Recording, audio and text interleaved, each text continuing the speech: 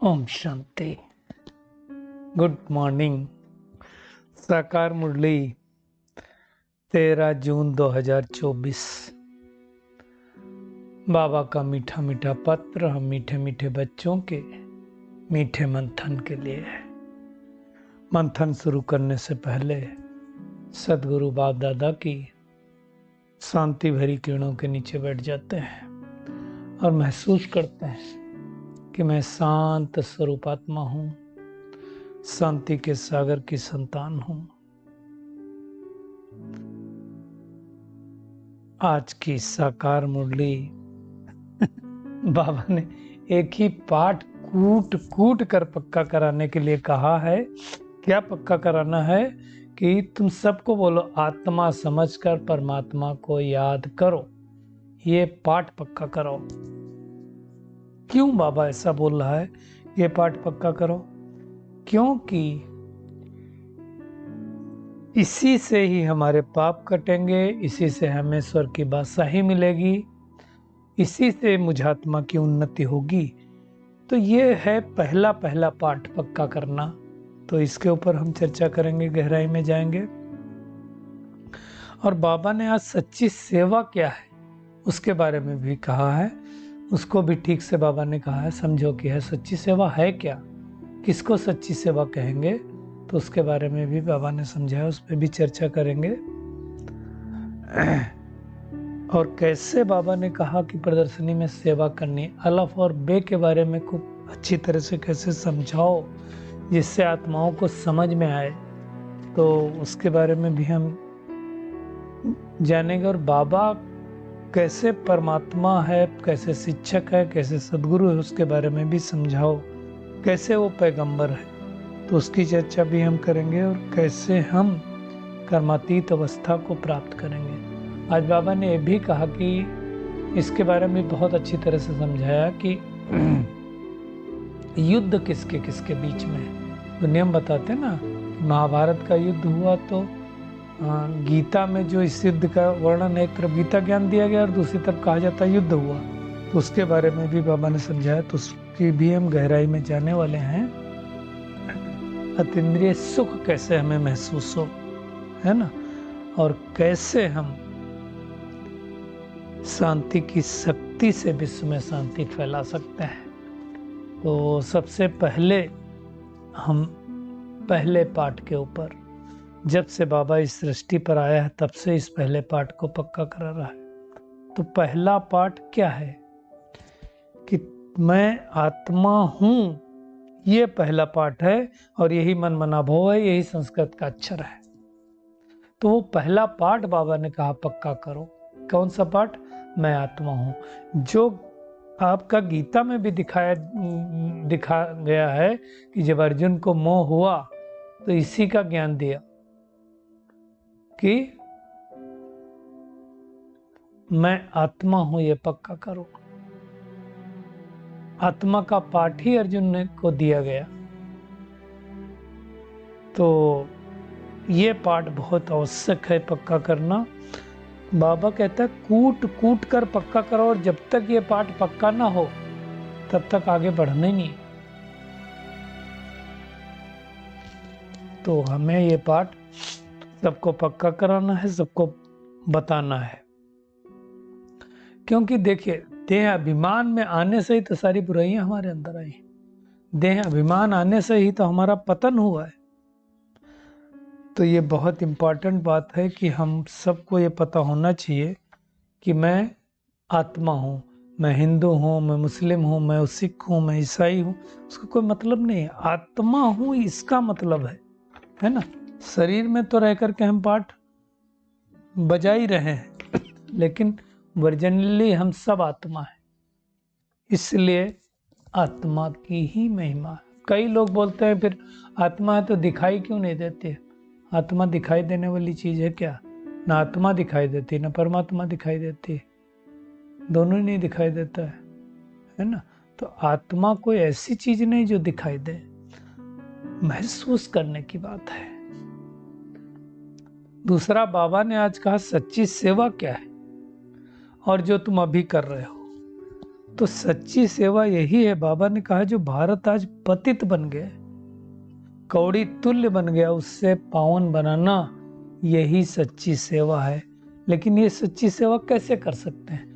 तो सच्ची सेवा करने के लिए जब आप एक संकल्प श्रेष्ठ करते हैं, एक पवित्र संकल्प करते हैं, तो पवित्रता के प्रकंपन चारों ओर फैलते हैं, और जब वो प्रकंपन चारों ओर फैलते हैं तो सेवा चालू हो जाती है। तो हमें हर पल हर घड़ी ये सेवा करनी है और ये प्रकंपन फैलाने हैं। आज तो बाबा ने कहा कि घड़ी घड़ी, हर घड़ी मतलब 3 मिनट याद करो। आज बाबा देखो ट्रैफिक कंट्रोल के बारे में बता रहा है कि कम से कम 3 मिनट एक घड़ी में अगर याद करोगे तो क्या होगा? तुम्हारी बुद्धि शुद्ध होती जाएगी, स्वच्छ होती जाएगी। तो वो हम सबको मेहनत करनी है ना। बाबा ने कहा अगर 5 मिनट भी प्यार से याद करेंगे तो तुम राजधानी में आ जाएंगे। देखो कोई आधा घंटा करता, कोई 10 मिनट करता, सबका अलग अलग है। लेकिन जितना याद की यात्रा हो वो करनी चाहिए।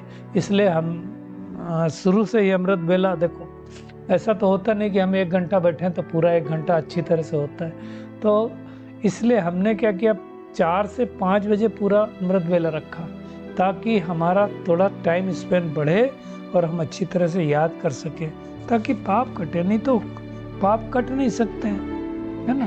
तो ये हम सबको मेहनत करनी है बाबा को याद करने की। याद नहीं करेंगे तब तक भी कर्म नष्ट हो नहीं सकते हैं। तो मुख्य है हमारी याद की यात्रा,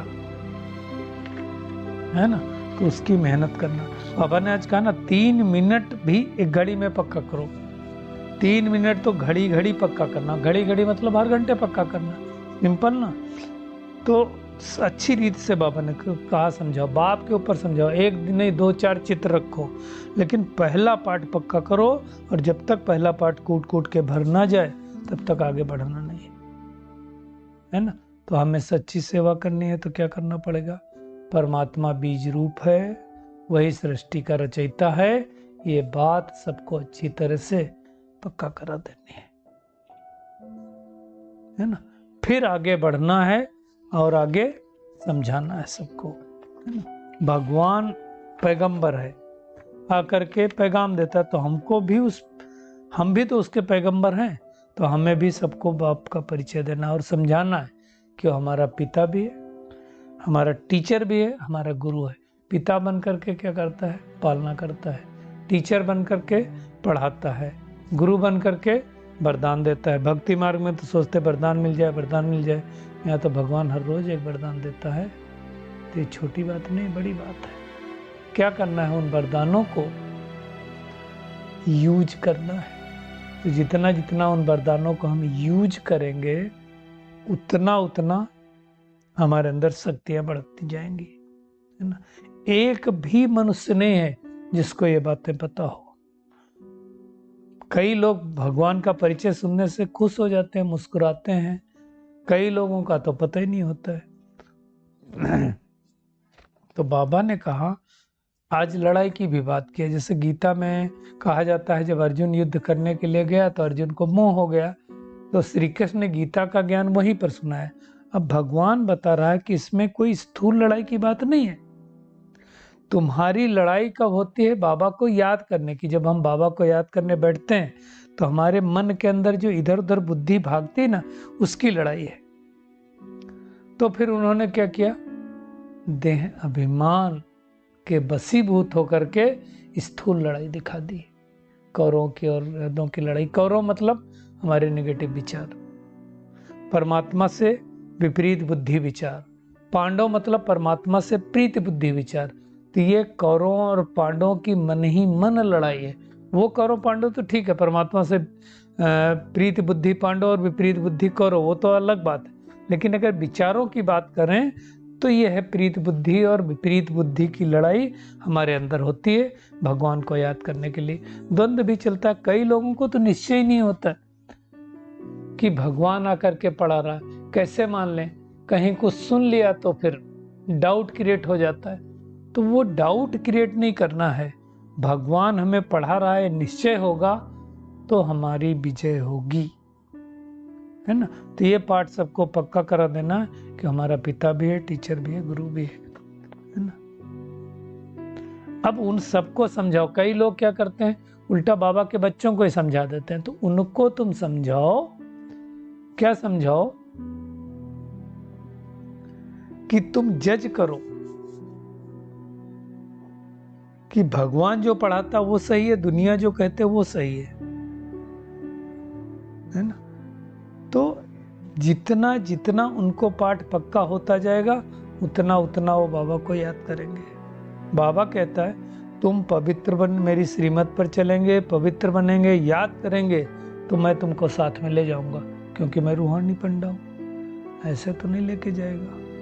तो ये पाठ पक्का करा देना है, यही सेवा करनी है। चलते फिरते उठते बैठते सबको यही बताना है कि बाबा को याद करो। बाबा ने कहा थकाने की जरूरत नहीं, कोई ऐसा नहीं कि बहुत मेहनत करो, बस याद करते रहो, और याद करेंगे उतना उतना अतीन्द्रिय सुख मिलेगा। इसलिए बाबा ने कहा अतीन्द्रिय सुख पूछना हो तो गोप गोपियों से पूछो, है ना। जिनको भगवान पढ़ाते हैं उनको भी अगर अतीन्द्रिय सुख ना मिले तो क्या कहेंगे। तो हमें मेहनत करनी है बाबा को याद करने की। दुनिया में तो किसको पता भी नहीं है शांति धाम कहाँ है, सुख धाम कहाँ है। तो भगवान आकर के परिचय देते हैं ना, सुख धाम कहाँ है, शांति धाम कहाँ है, फिर वहां जाना है। एक्चुअली देखो, हम जब देखते हैं याद में ही तो विघ्न पड़ते हैं, याद में तो बुद्धि इधर उधर भटकती। इसलिए भक्ति मार्ग में तो हम सालों से याद करते हैं, लेकिन बुद्धि पवित्र नहीं हुई। क्यों नहीं हुई पवित्र? क्योंकि बुद्धि और मन भागता रहा, इधर उधर जाता रहा, यहाँ क्या हो रहा है, वहाँ क्या हो रहा है, यही तो करते रहे, तो फिर उसमें कैसे बुद्धि लगेगी। तो ये हमें मेहनत करनी है।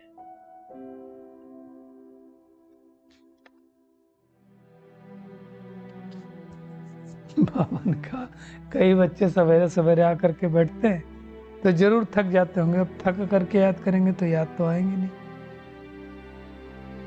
जो बातें इधर उधर की मन में चलती है उनको भूलना है, उनको निकालना है, तब जाकर के हमारी बुद्धि परमात्मा से जुटेगी। तो ये मेहनत करनी है।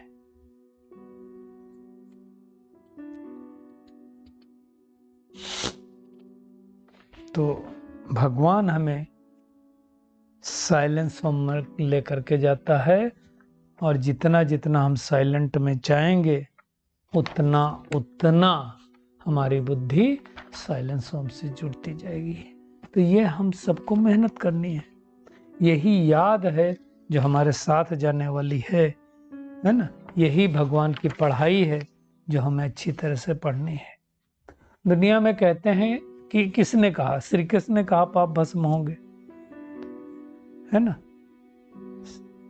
ये परमात्मा शिव के लिए है, है ना। बाकी विष्णु की भक्ति, नारायण की भक्ति तो खूब करते हैं, उससे ऊंचे नहीं बन सकते हैं।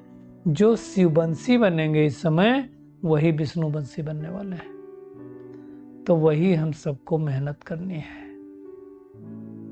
बाबा ने आज कहा बाप को याद करना कोई मौसी का घर नहीं है। अगर मन बुद्धि सब तरफ से हटे तब तो याद हो। अभी बुद्धि में इतना चल रहा है, ये भी करना वो भी करना, इधर भी इनकी भी सुनना उनकी भी सुनना, इतना लोग बात करते हैं, बात मत पूछो। कल मैं एक मुंबई आ रहा था तो बगल की सीट में फ्लाइट में एक युगल बैठे थे, इतना बातें कर रहे थे, शायद थोड़े दिन पहले ही शादी हुई होगी।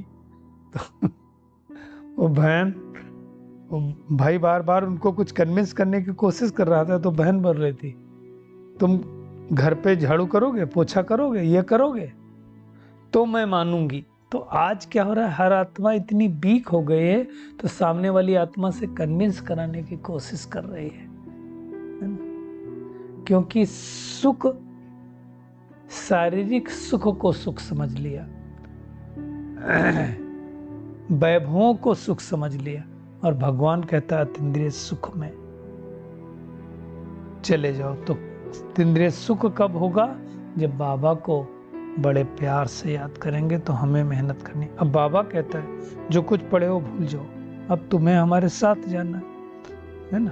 याद से ही तुम्हारी कर्मातीत अवस्था होगी, तुम सुदर्शन चक्रधारी बनोगे। यही बाबा की पढ़ाई है। इस पढ़ाई को हमें अच्छी तरह से पढ़ना है और सबको पढ़ाना है, यही साथ में जाननी है। बाबा कर्म अकर्म विकर्म की गति भी समझाता है ना। देखो सतयुग त्रेता कर्म अकर्म होते हैं, द्वापर कलयुग कर्म विकर्म होते हैं, और इस समय परमात्मा की याद से जो कर्म करते हैं वो श्रेष्ठ कर्म होते हैं। आज का बाबा का वरदान है शांति की शक्ति के साधनों द्वारा विश्व को शांत बनाने वाले रूहानी शस्त्रधारी भव। बाबा कहता है देखो शांति की शक्ति का साधन क्या है? शुभ संकल्प, शुभ भावना और नैनों की भाषा।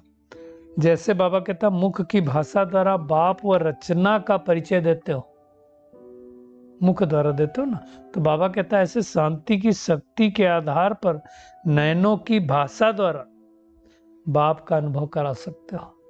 इसलिए दृष्टि देने का चलन चला है। बाबा ने कहा स्थूल सेवा के साधनों से ज्यादा साइलेंस की शक्ति अति श्रेष्ठ है, तो क्या करो ये साइलेंस की शक्ति फैलाओ। बाबा ने कहा रूहानी सेना का यही शस्त्र है। कौन सा? साइलेंस की शक्ति द्वारा अशांत विश्व को शांत करना। यही शक्ति है, यही मेहनत है। तो यही मेहनत हम सबको करनी है। आज का स्लोगन है निर्विघ्न रहना और निर्विघ्न बनाना, यही सच्ची सेवा का सबूत है। यही तो हम सबको मेहनत करनी है। तो आज का होमवर्क क्या है? एक ही है कि एक तो क्या करना है, पहला पाठ पक्का करना और सबको कराना है ना। अंदर बाबा बाबा की उछल होती रहे तो अतीन्द्रिय सुख का अनुभव हम सबको मिलेगा। वो मेहनत करनी है। जैसे बाबा प्यार का सागर है, ऐसे हमें भी प्यार का सागर बनना है, मास्टर प्यार का सागर बनना है। अच्छा, शुक्रिया मीठे प्यारे बाप दादा, शुक्रिया आप सभी का इस मीठे मंथन के लिए। अच्छा, ओम शांति।